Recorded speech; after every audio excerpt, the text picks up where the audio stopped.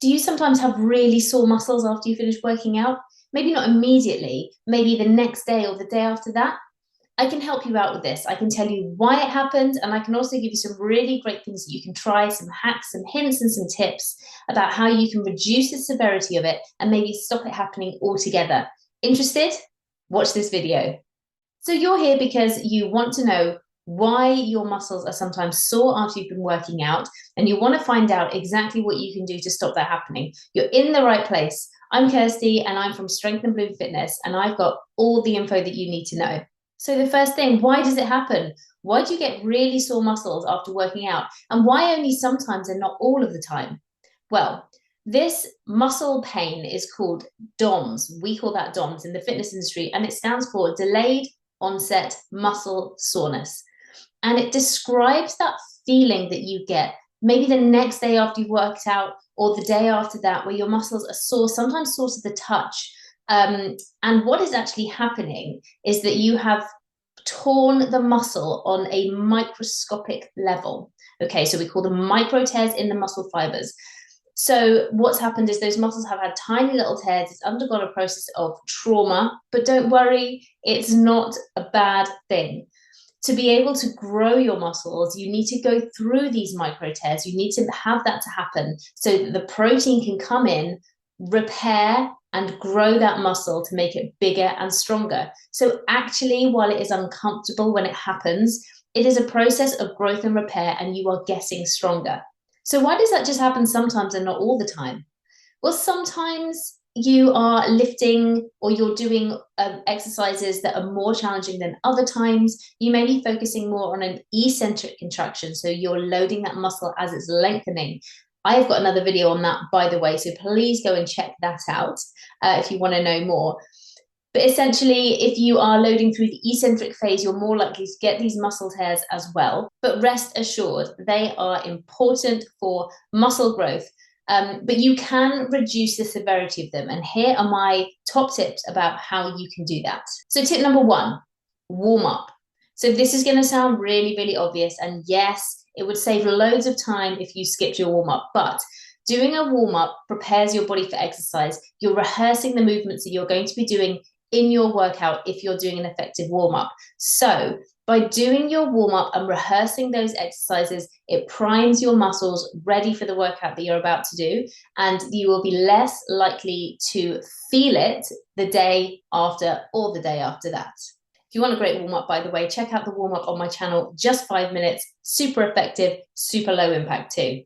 Tip number two, start your workouts off as body weight workouts. So if you are brand new to exercise, don't jump in with the weights straight away.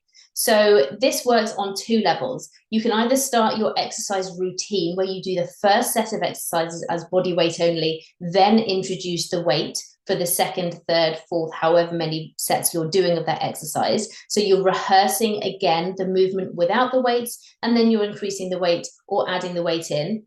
The second way that you can do this is if you are a complete beginner, then you start to build up first of all with doing just body weight exercises, because after all, using the weight of your body is not an insignificant amount of weight to be using. No matter how big or how small you are, it is still your body's weight.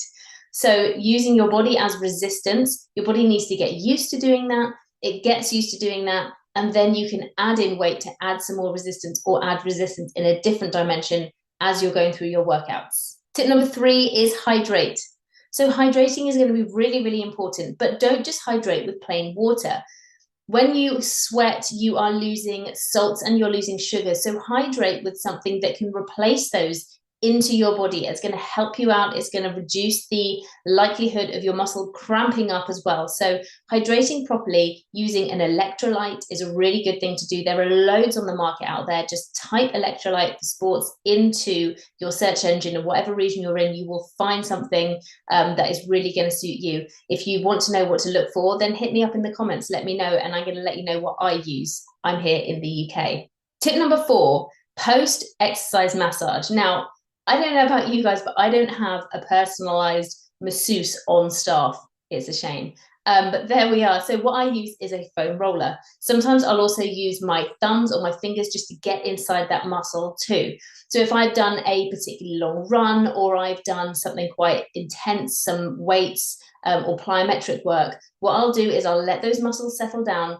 And then a couple of hours later, I'll go in and I will roll the muscles out, just finding any tight spots. And that is going to increase blood flow into those muscles, which will promote healing, which will reduce the instance of DOMS. It will just make it less severe. You may not reduce it altogether, but it will lessen the severity of those DOMS as you go through that kind of muscular repair journey.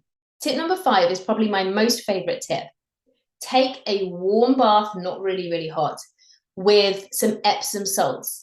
So this is going to increase your circulation, which again is getting all of that blood, which carries the oxygen, which is healing into your tissues, which is going to reduce the severity of those DOMS. So if you've done a long run or a hard workout, or even if it's just something that's different, longer than what you've normally done, if you can grab yourself a nice relaxing bath, it will just de-stress you, and it will de-stress those muscles too by increasing that circulation.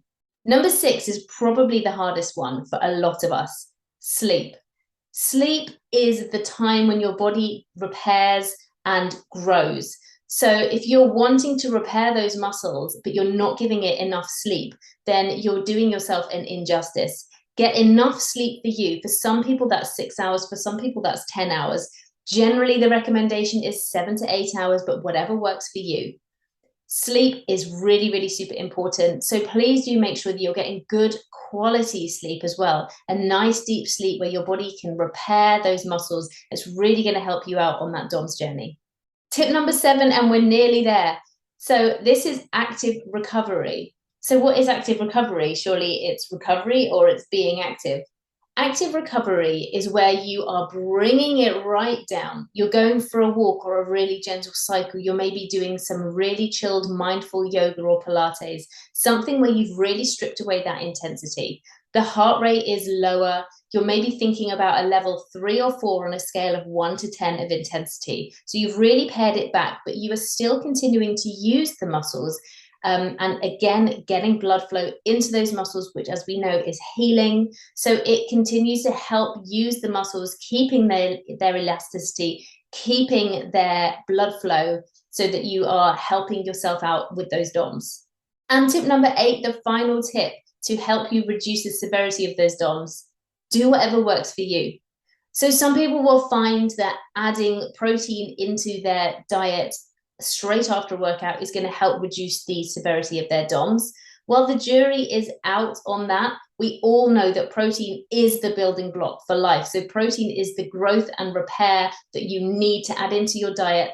Most of us don't lack in protein, and it's a process that is going on all the time. Your body is using protein to build, to grow, repair, not just for muscles, but on a cellular level. So if that really works for you, if you find that works for you, then do that. Do what you find works for you. And if you have any other hints or tips, anything that you find works for you, drop it in the comments below. I'd really love to hear from you. I'd love to hear what your tips are. And I'm sure the rest of the community would too. So please like this video, share it, subscribe, comment, check out my other video on eccentric exercise. Check out my warm-up video, anything else that you want to have a look at on my channel, just go and have a little peruse, and I will see you very soon.